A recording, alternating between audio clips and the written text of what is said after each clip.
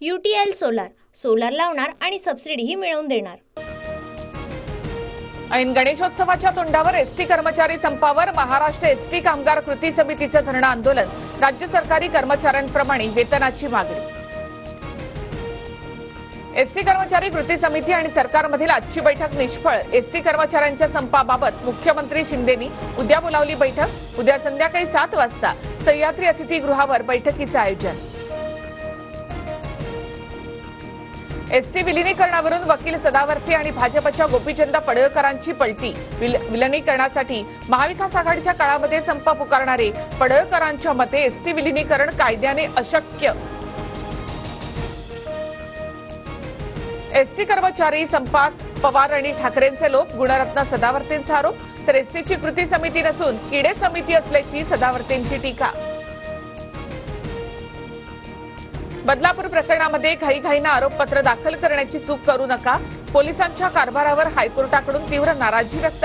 केस डायरीतून बदलापूर पोलिसांचा निष्काळजीपणा हायकोर्टामध्ये उघड।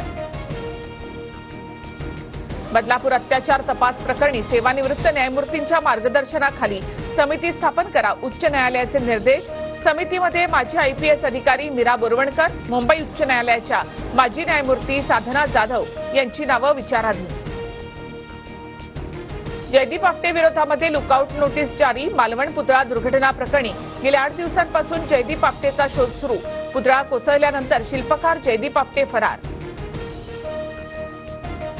पुतळा दुर्घटनेमधील आरोपी अद्याप फरार। मुख्यमंत्र्यांनी फडणवीसांचा राजीनामा घ्यावा, नाना पटोलेंची मागणी। तर जयदीप आपटेला पुतळ्याचं काम देणारे देखील दोषी, आव्हाडांचा सरकारवर हल्लाबोल। मालवण पुतळा प्रकरणामधील आरोपी वर्षा बंगल्यामध्ये तर नाहीत ना? सोबत फोटो असलेल्यांनी शिल्पकारांना लपवलं नाही ना? संजय राऊतांचा सवाल। आदित्य ठाकरे आणि संजय राऊत उद्या मराठवाड्याच्या दौऱ्यावर। मराठवाड्यामध्ये पूरस्थितीमुळे शेतीचं मोठं नुकसान, शेतकऱ्यांच्या बांधावर जाऊन पाहणी करणार। नागपुरात प्रसिद्ध मारबत उत्सवाला लोकांची मोठी गर्दी। नागपूरमधील ऐतिहासिक मारबत उत्सवाचं यंदा 144वे वर्ष। पश्चिम बंगालमध्ये ममता बॅनर्जींकडून बलात्कार विरोधी विधेयक मंजूर। नव्या विधेयकामध्ये दोषीला 10 दिवसात फाशीची तरतूद। UTL सोलार लावणार आणि सबसिडीही मिळवून देणार।